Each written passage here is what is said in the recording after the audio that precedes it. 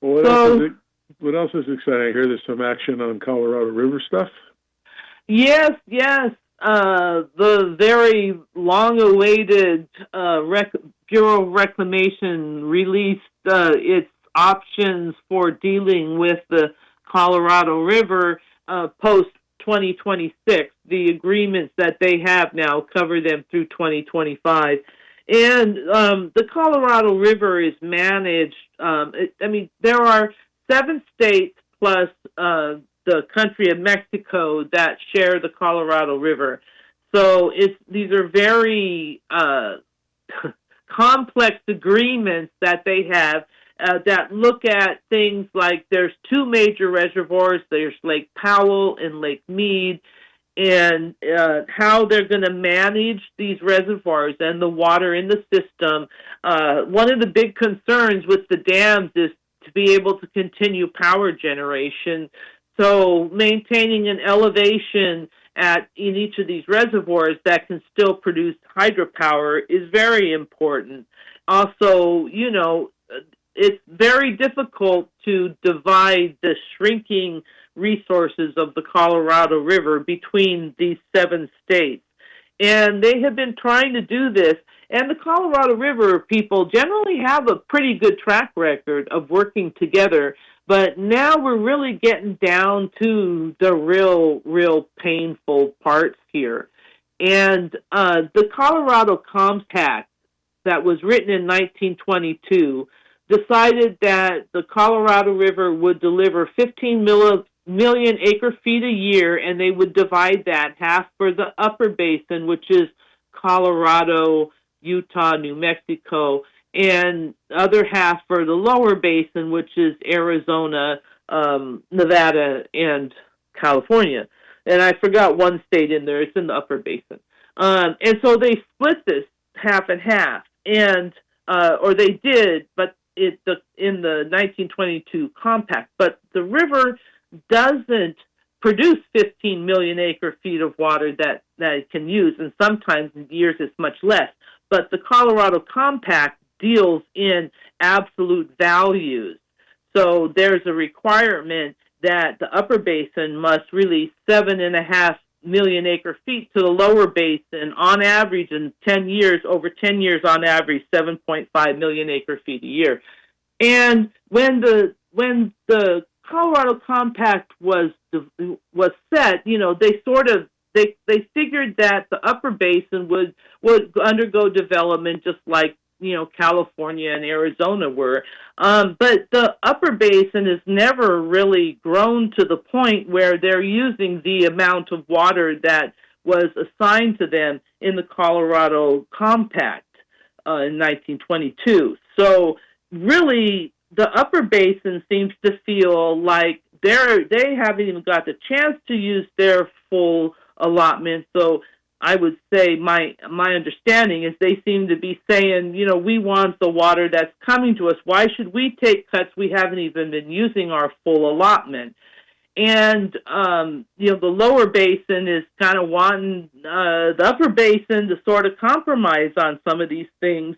And the upper basin seems to be unwilling to compromise. And with the papers that were released yesterday, given the alternatives that the reclamation is looking at to manage the Colorado River, it kind of looks like they're sort of going with the upper basin states. And so a lot of these modeled alternatives have much larger cutbacks for the lower basin and not much for the upper basin. And so we're starting to get really down to kind of that water warsy thing. It's hard when you're looking at the hard numbers, the big numbers, and you have to take that back to your constituents and say, there's going to be a big loss here. The flip side of that is the water is just not there in the river. And so we're going to have to make some cuts. But now we're down to the part where the cuts are going to be really, really painful. Oh. Yeah, there's lots of alternatives for people to start thinking about. And now that the presidential election is over, Chris, and, we're kind of looking towards that. This is sort of a Biden legacy thing, right? The Investing in America agenda that he had, which is what really helped push these issues along the Colorado River basin. So, he'll at least have his name on a pegboard for a while. Well, yeah, although, the long course of things, the Colorado River basin things have been like grinding on there for decades, Yeah. And, there's some concern about, like, they wanted to get this done before, Trump came in, if he got reelected. And they were just saying, because, changes in administration. Well, now they seem to be a little more concerned, I guess. There was Biden was urging them to, come to a compromise before Trump comes into office. And I don't know. I don't see how President Trump has an entry into this issue.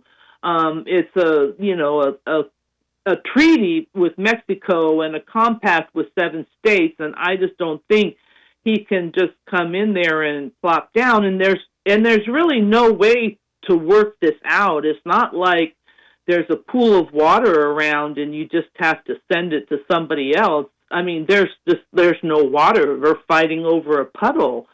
So, I don't know what's going to happen going forward, but, I don't think that the Trump administration is going to be able to play much of a role here. The states really have to figure out what they're going to do.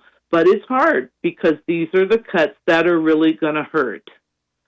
These are the cuts that, if you're Arizona and Arizona wants to grow, and Arizona is, all the states are going to have to take a cut in water. It's just how much and whom. Yeah. And we got, out where I am, as I told you guys before, this is the fastest growing city in the United States for the last 2 years. And they're the Howard Hughes Corporation has put their stake in the ground saying they want to build 100,000 homes here. And, but there's not water.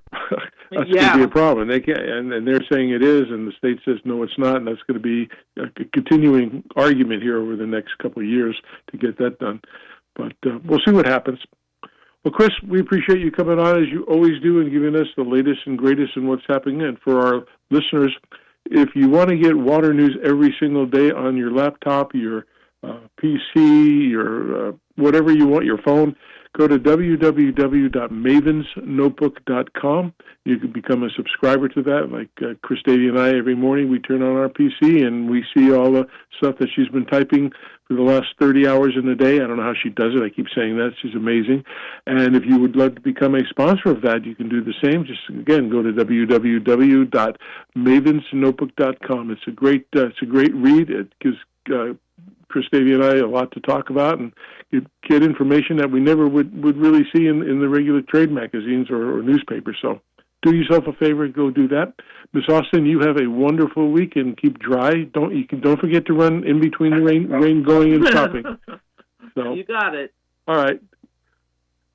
You have a good weekend. Yes. Good evening, everyone. Good evening. All right, we're going to take a little break from one of our sponsors, would be Site One Landscape Supply, and we'll be right back with some special guests and a good conversation. So stick around.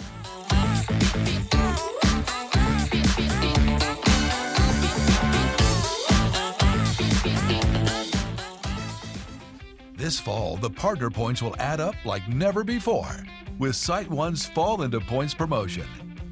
For a limited time, earn triple points on all FX Luminaire products, as well as double points on Hunter valves, sprays, and nozzles.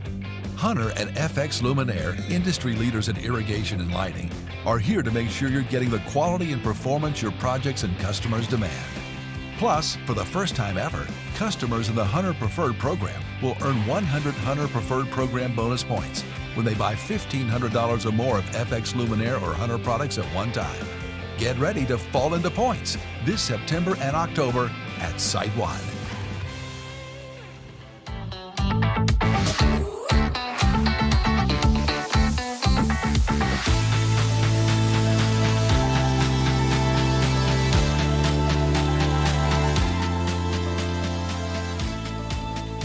right, welcome back to the second half of the Water Zone Show. Hope everybody's having a great time.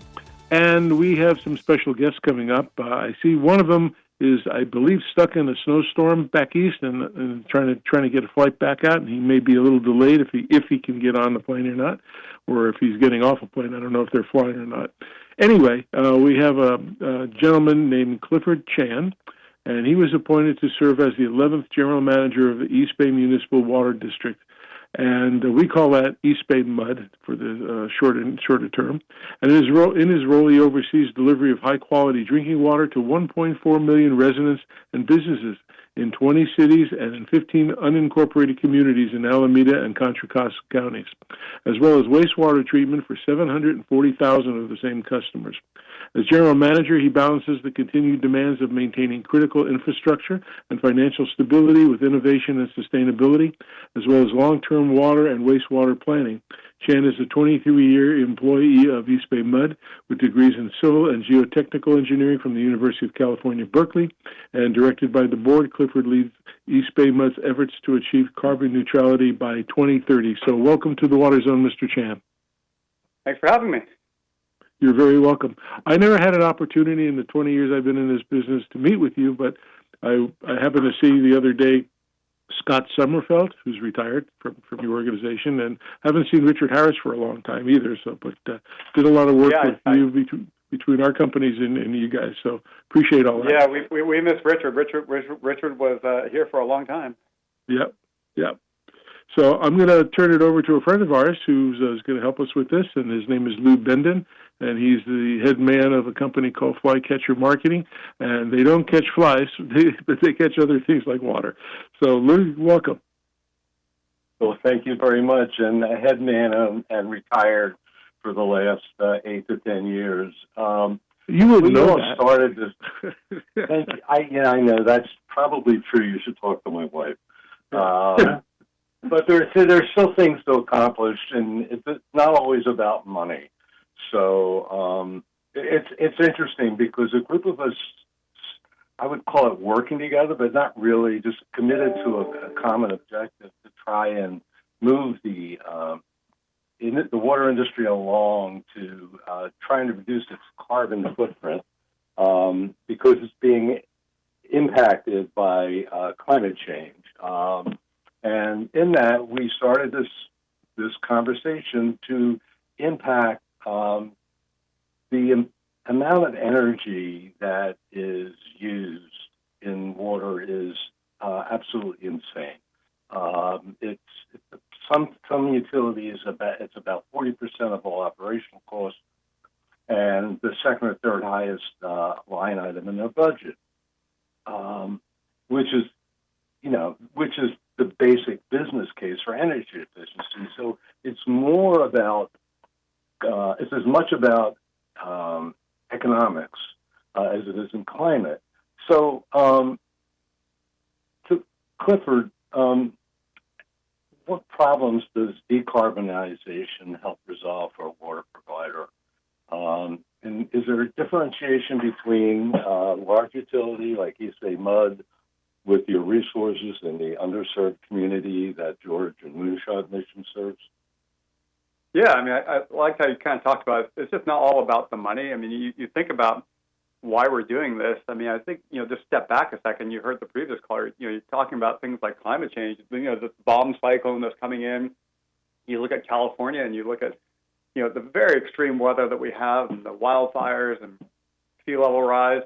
And, it's easy to, I think the simplest way to look at it is say, well, hey, let me start decarbonizing. Let me put some photovoltaics up there and, I'm going to start reducing my energy. But, let's step back.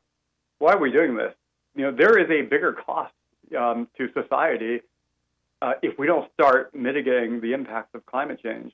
So I think that's where we really need to start and, really start the conversation. Yes, we spend a lot of money on energy. Some people may be spending 40%. East Bay MUD is probably closer to 15% of our energy costs. It's great to, it's really good to decarbonize and saying, hey, East Bay MUD can do this. But if East Bay MUD does it by themselves, it doesn't help the planet. But I think if East Bay MUD does it and says, yes, it can be done, and other people start doing it, then it starts making a difference.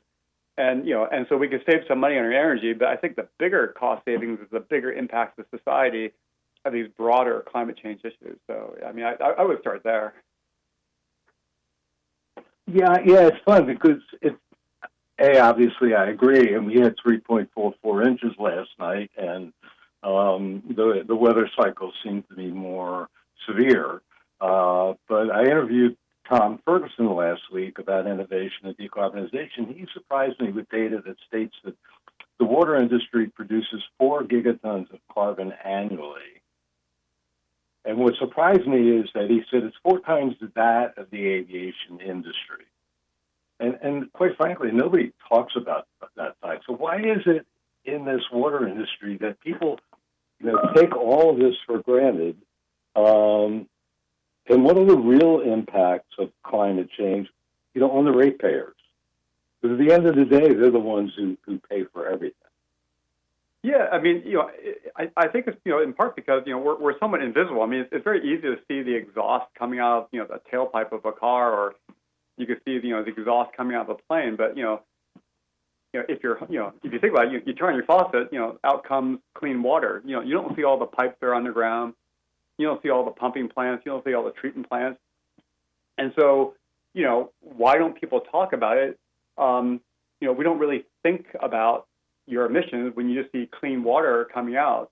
But if you start thinking about things in terms of water, I was looking at some data the other day. I think it was from Virginia Tech.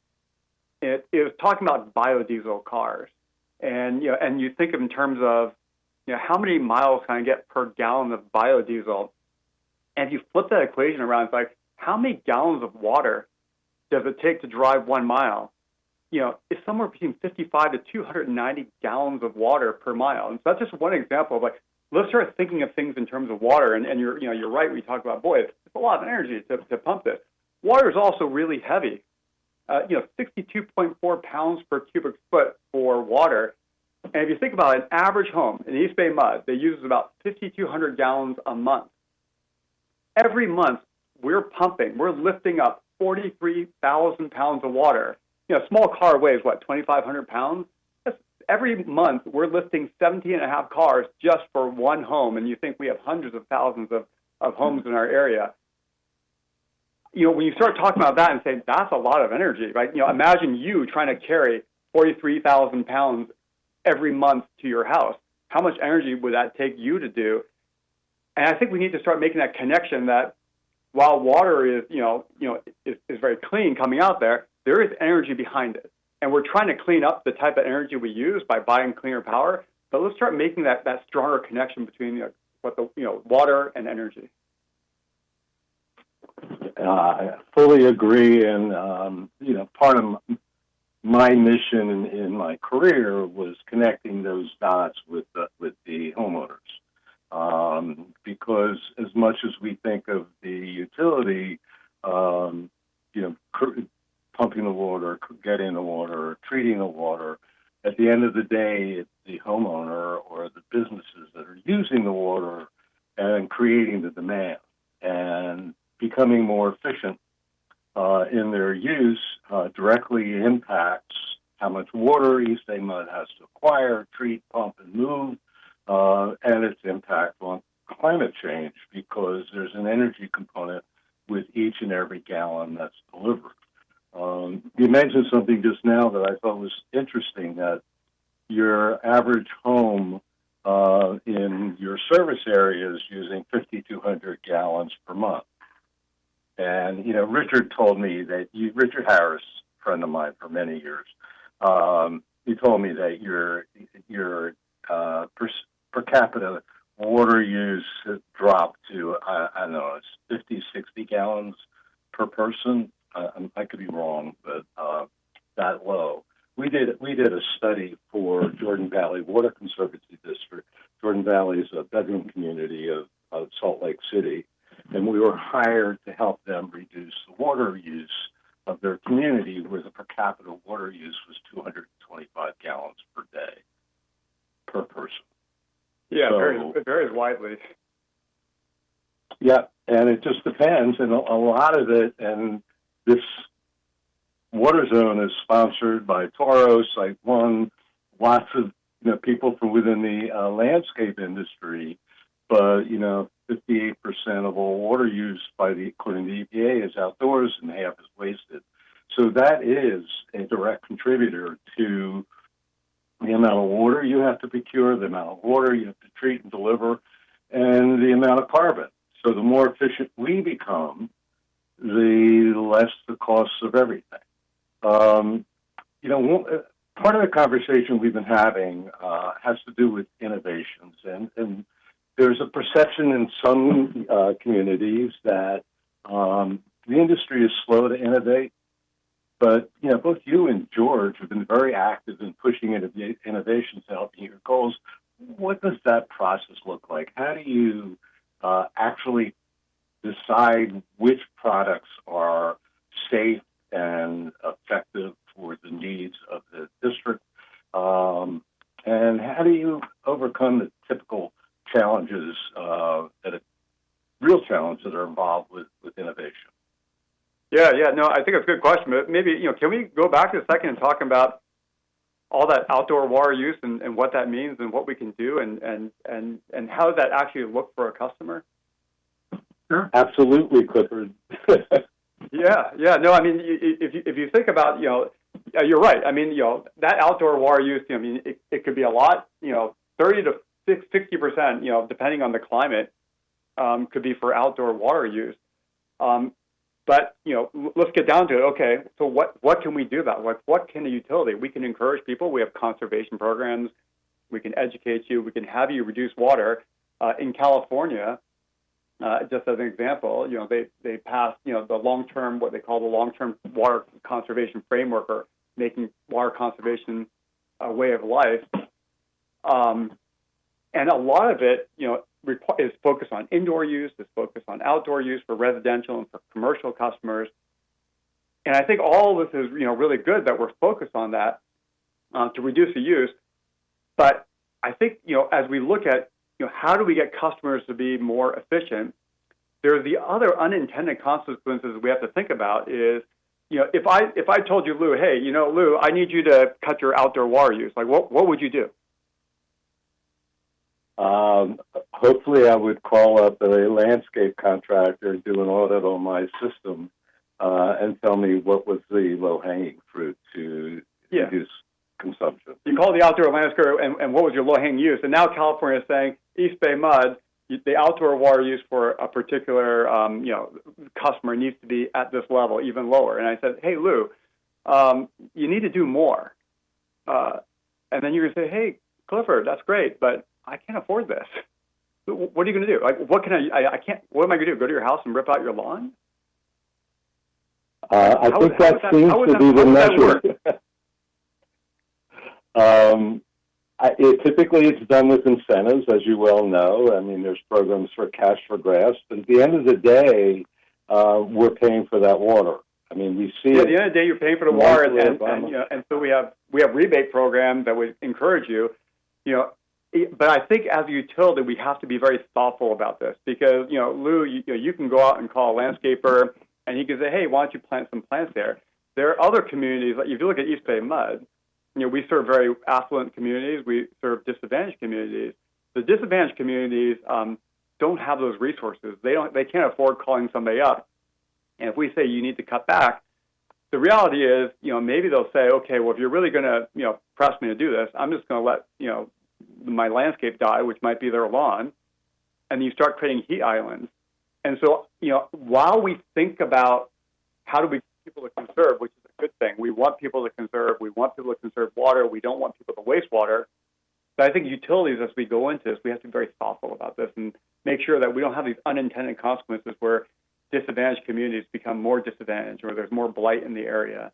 And so, I think it's pretty obvious to a lot of people we should save water and we should have people use it efficiently. But if you start digging a little deeper, you got to say, well, how are you going to do this, and how are you going to do it in a way that's fair and maintains the community? It's a big question, but the other side of that coin is that we know that I think it's factual to state that the largest percentage, the people who use the most water have the largest landscapes. It follows because of how much water it takes to irrigate. And those people are highly, they're easily identified, and you have all the data of everybody's usage. So by targeting people and creating incentives for them and motivating them directly to make a change versus advertising, it's communicating with them directly and showing them, like we came up with a tagline for the San Diego County Water Authority facing the same exact problems that East Bay Mud does. It's called A Better Way to Beautiful, that you can have your cake and eat it too. You can have the beautiful landscape, and your question's correct. How is this paid for? But if you're talking to well-heeled people, then it's less an issue about money than it is the perception of beauty.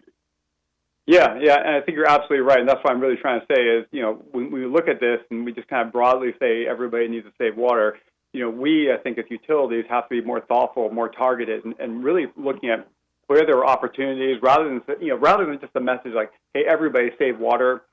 We can do a better job going out to various customers and saying, you have more to give. And making sure that, as we try to get people to use less water, which uses a lot of energy, it's done smartly and thoughtfully. Well, the neat thing about all this is that what we found, we did 55 focus groups. I've done 900 in-depth interviews, within the space, that there was common findings that people are basically good, that they want to do the right thing. The problem is they think they're already doing the right thing because they're not. For me, this is my biggest issue. They're not aware of how much water they use. And absolutely. And when you when you bill in units versus gallons, no offense, East Bay Mud, it becomes even more challenging for the homeowner or the wife of the person who takes care of the landscape to have a clue as to how much water they're actually using. You're telling me you don't know what 6 CCF is? I beg your pardon? You don't know what 6 CCF is versus in gallons? I'm just joking. Yeah, absolutely. Our bills, I think all utilities, our bills need to be more customer friendly. So instead of saying, hey, you use 6 CCF of water in a month, you use 140 or 20 gallons per day.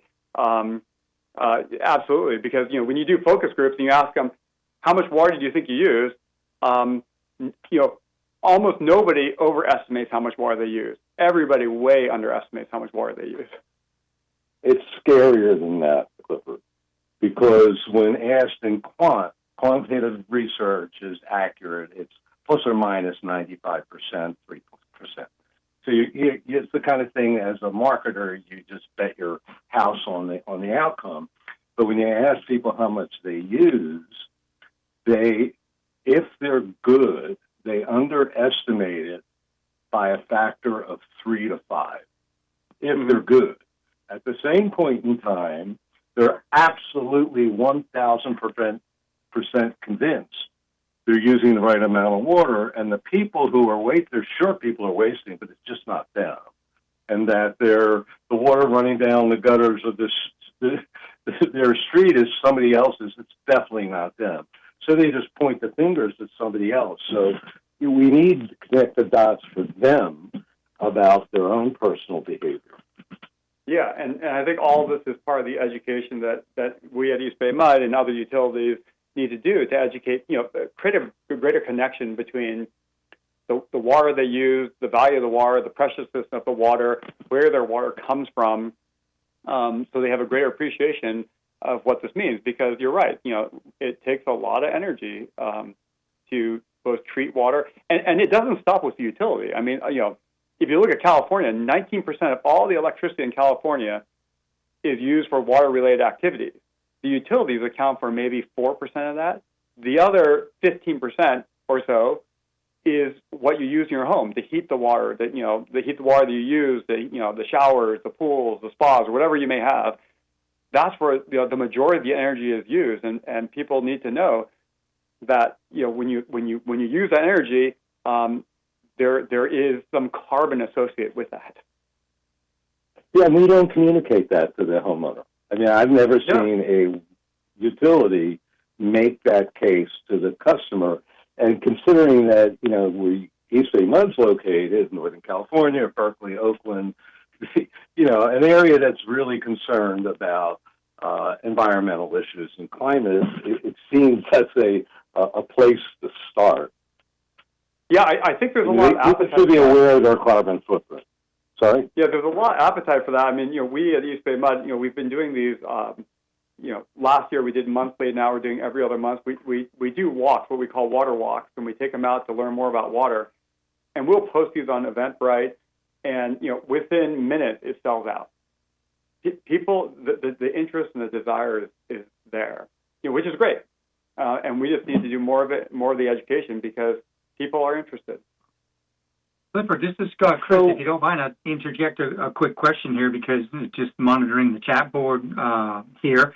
So in past shows, we've had tons and tons of people from water agencies come on the show. And one of the questions that we always ask them about is, using smart irrigation, smart controllers, sensors, low application rate sprinkler nozzles, for example. And I know there are other things. Have you seen that effect in East Bay Mud? Have you seen positive effects from that? And by the way, the answer to your previous question is 748 gallons and 2 tablespoons. Hey, I'm glad at least somebody else knows that answer. Yeah. I mean, we do. I mean, these smart irrigation controllers, these moisture sensors that you see, it does, because it's.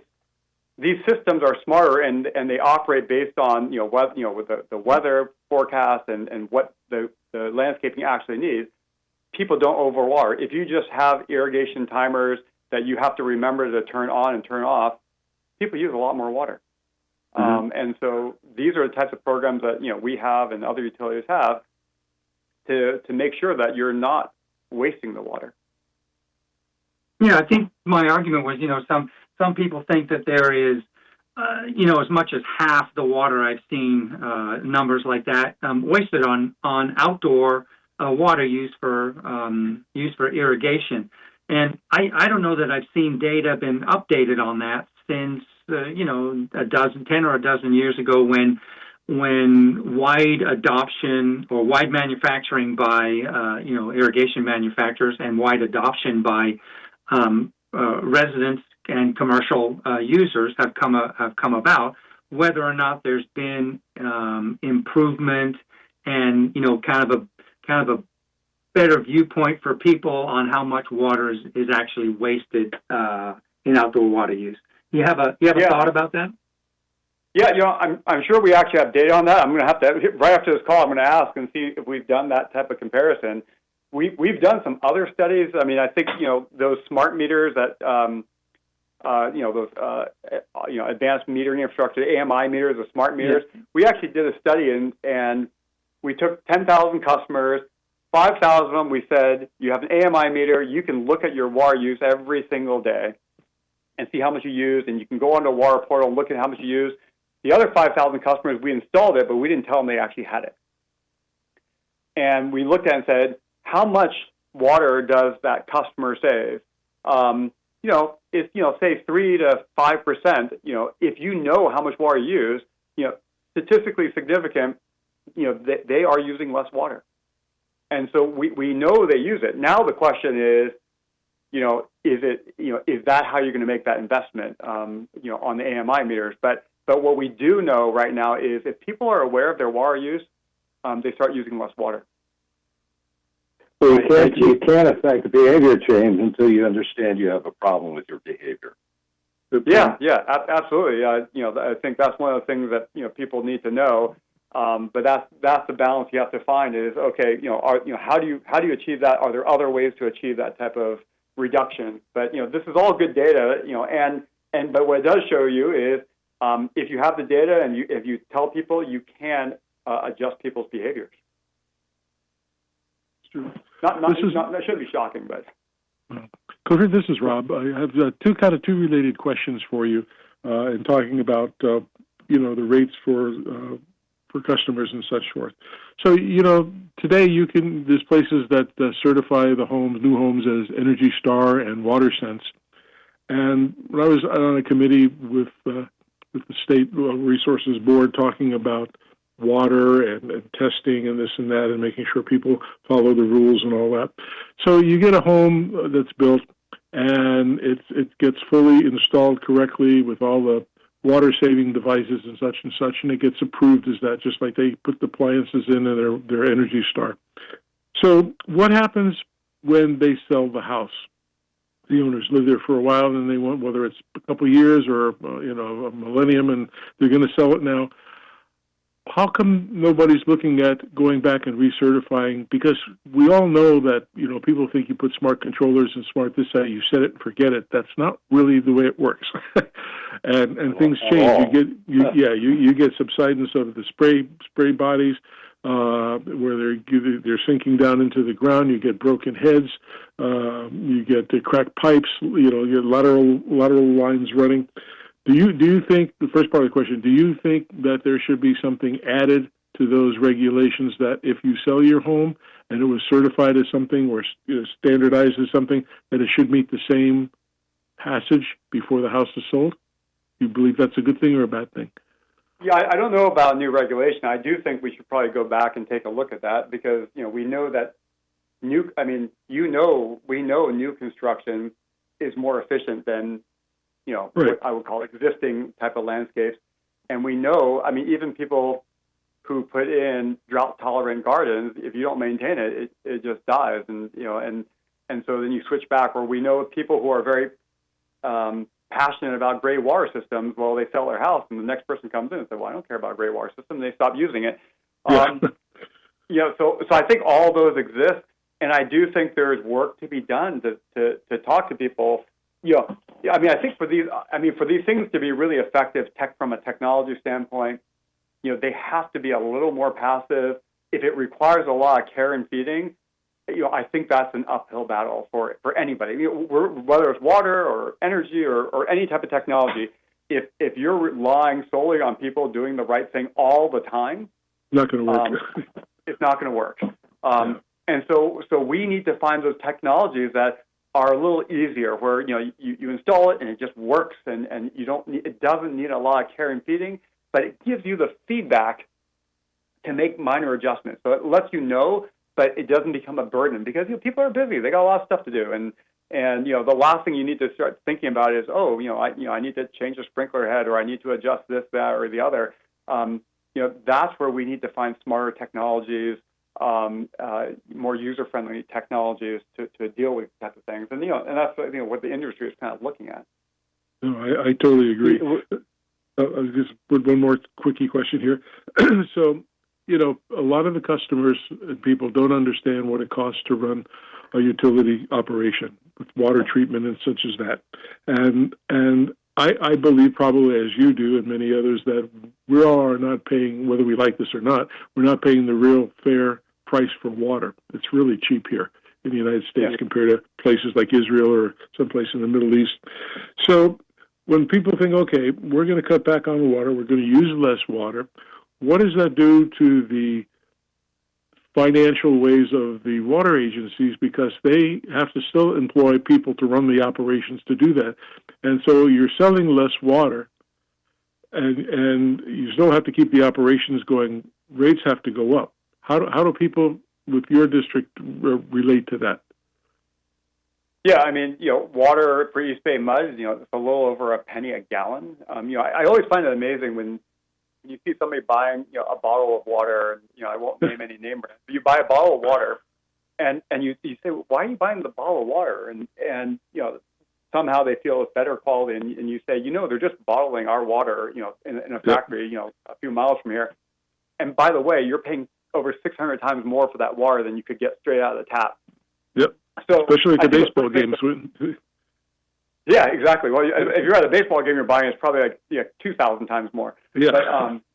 But I think it's one of those things that you look at is, to your question is, yes, 95% of our costs are fixed. Whether we sell 100 million gallons per day or 150 million gallons per day, 95% of those costs are fixed.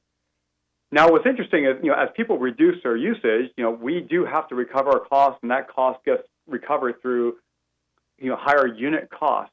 But the person's bill may still be very similar because, their reduction in use offsets the increase in cost. So they may not see as much of an, they may see a slight increase or an increase in their cost, but it does balance out in a certain way.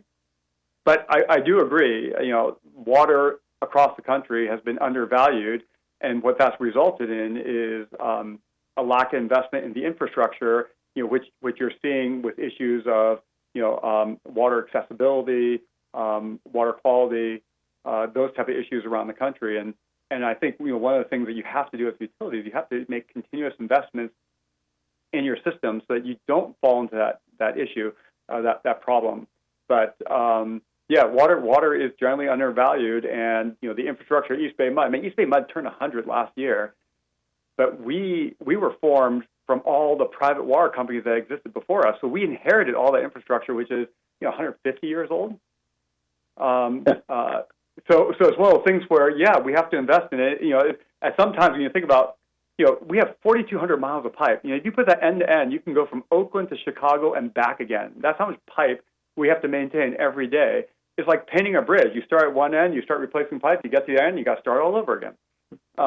And so there's these costs that people don't realize. But I think at the end of the day, when somebody looks at their bill, if we encourage them to lower their water use and our unit rates go up a little bit, in net, they might see their water bill go up a little bit. They don't, yes, our costs are fixed, but the customer. I mean, we manage it that way, but the customer is invisible to the customer.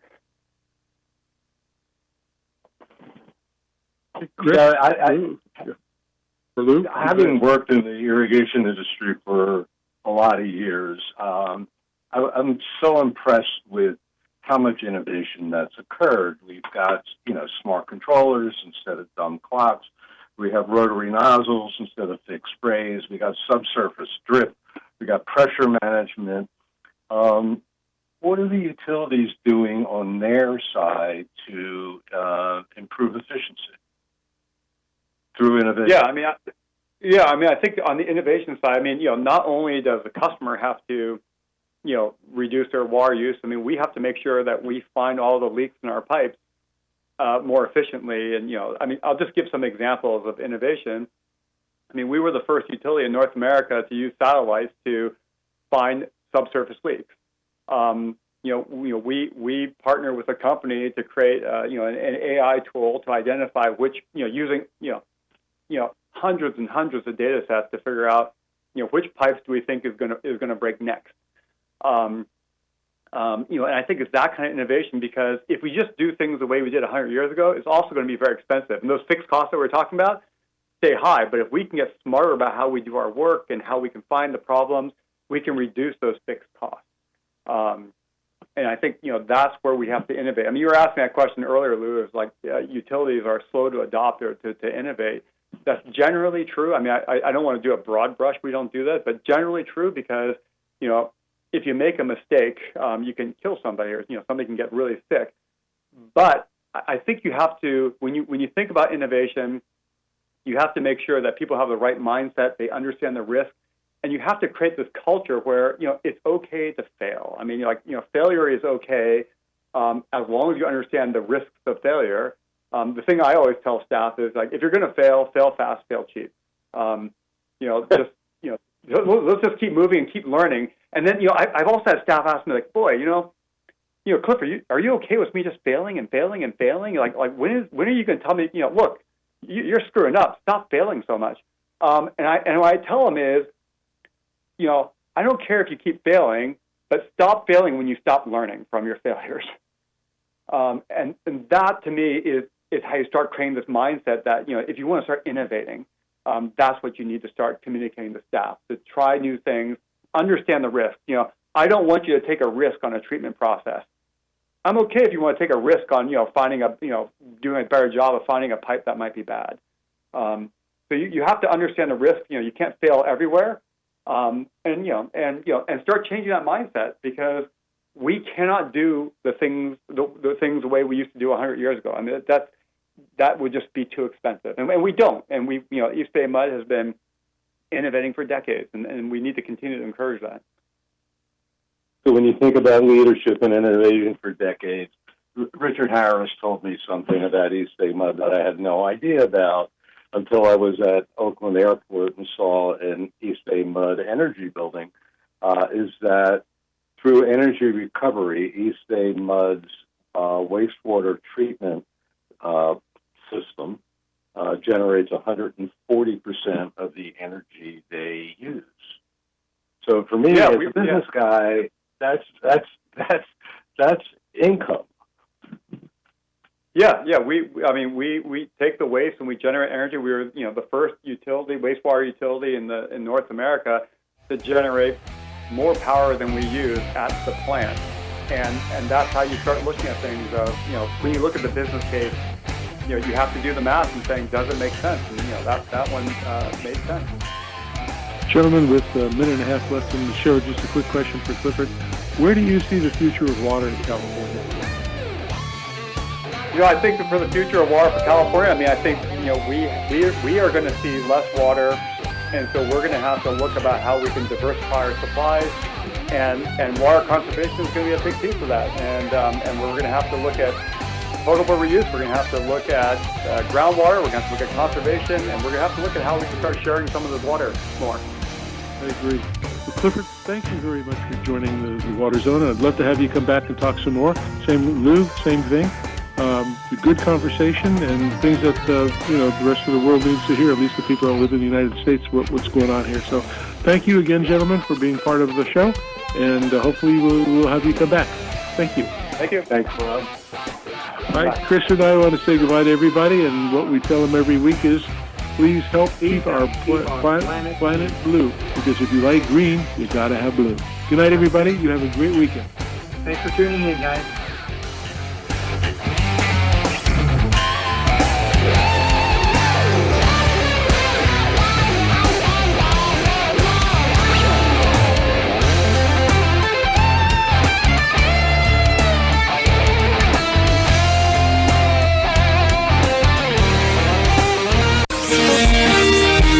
NBC News on KCAA Loma